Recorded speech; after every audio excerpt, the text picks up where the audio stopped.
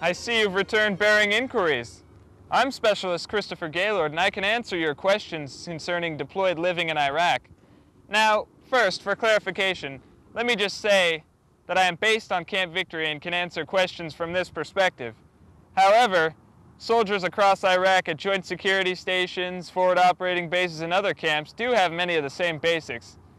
Well, let's see what you have for me today. Cameron from York, Pennsylvania asks, when you have your equipment on, is it very hard to move around?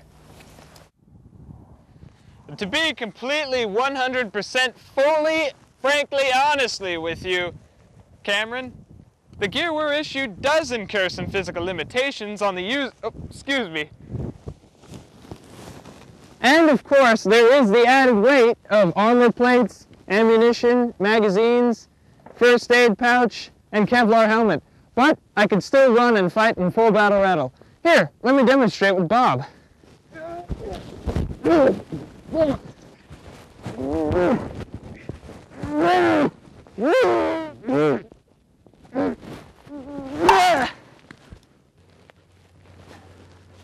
You see, not only is our gear designed specifically for movement and protection, but each soldier is trained to fight in his gear.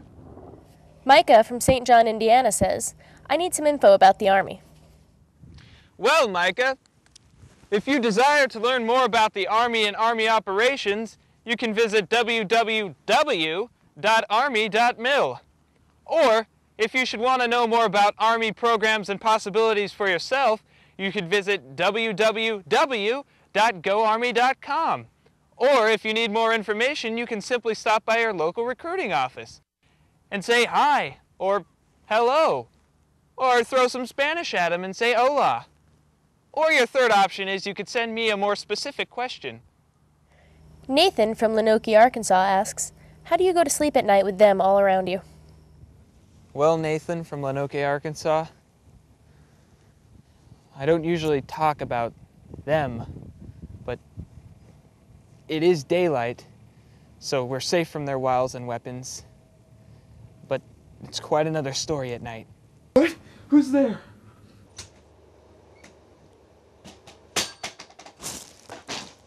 It's them! Trishetta from Northridge, California asks, what is it like over there? Well, I'm glad you asked, Trishetta. The climate can be exceptionally hot, but... I was thinking about joining. How do you guys take a shower? Oh, well, that's good. I guess we take showers like everyone else. I start by washing my... Do you get sad when you're over there? Well... Have you read The Things They Carried by Tim O'Brien? Trey, please, calm down.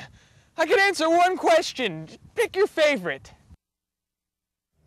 How do you guys take a shower? I thought that might be the question. The Army trains us to shower in 4 simple and easy-to-use steps. Lather, rinse, repeat, and kill. The first 3 are pretty common in the civilian world, but that last one is just one we here in the Army add on to all our lists, procedures, cooking recipes, etc. To answer the rest of your questions, the living conditions here are pretty good. We have chow halls for food, internet access, trailers in which to live and shower, and gyms to work out in. Sometimes soldiers do get sad, but it's important to show us your love and support from home. And I have not read The Things They Carried by Tim O'Brien, but I have heard good things. Thank you for the questions. My name is Colton. I'm a future soldier. I would like to be an MP with all these things going on in the Middle East. I'm sure I'll be over there shortly. Please tell me what an MP does daily. Wow! A future soldier? I am noticeably impressed. We could have this conflict cleared up in no time with the help of a future soldier. I am Colton, soldier of the future. I have come to assist your military police with the conflict in Iraq. Ring. Wait, excuse me. Marty? Trapped farther into the past? Great Scott!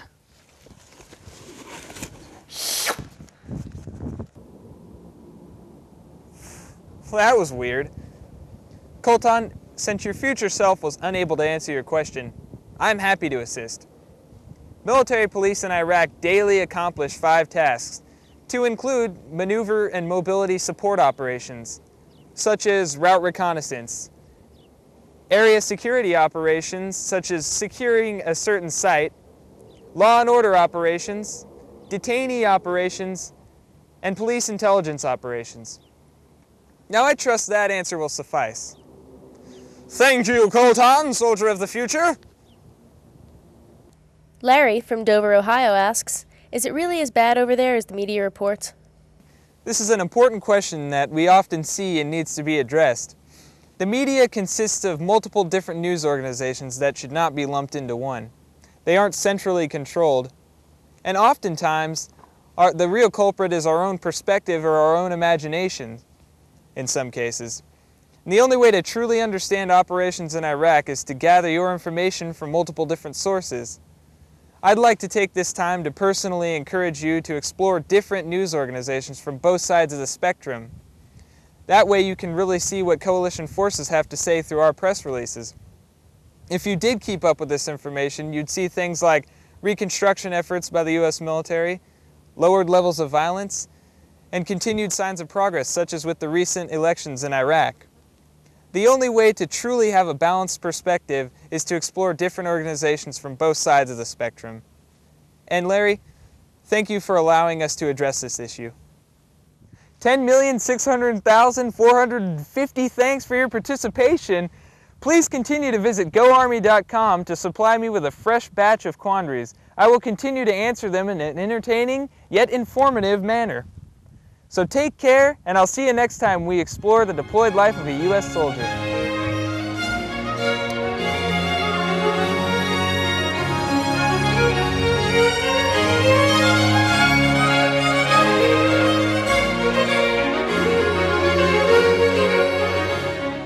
In the scenic locale of Mombasa, Kenya, Lieutenant Generals James Lovelace, commander of U.S. Army Central, and Lieutenant General Jackson Toohey, commander of Kenya's Army, gave a joint press conference signaling the opening of Land Forces Symposium. Lieutenant General Lovelace explained to the international media that the countries in attendance share a common goal. For us to talk about common purpose and commonality of effort here as we work about what are the very important issues here in this region. Kenya's President, Mwai Kibaki, arrived shortly after the press conference for a group photograph with the delegates and to give the symposium's opening address. Reporting for U.S. Army Central, I'm Army Sergeant Tim Chatlis.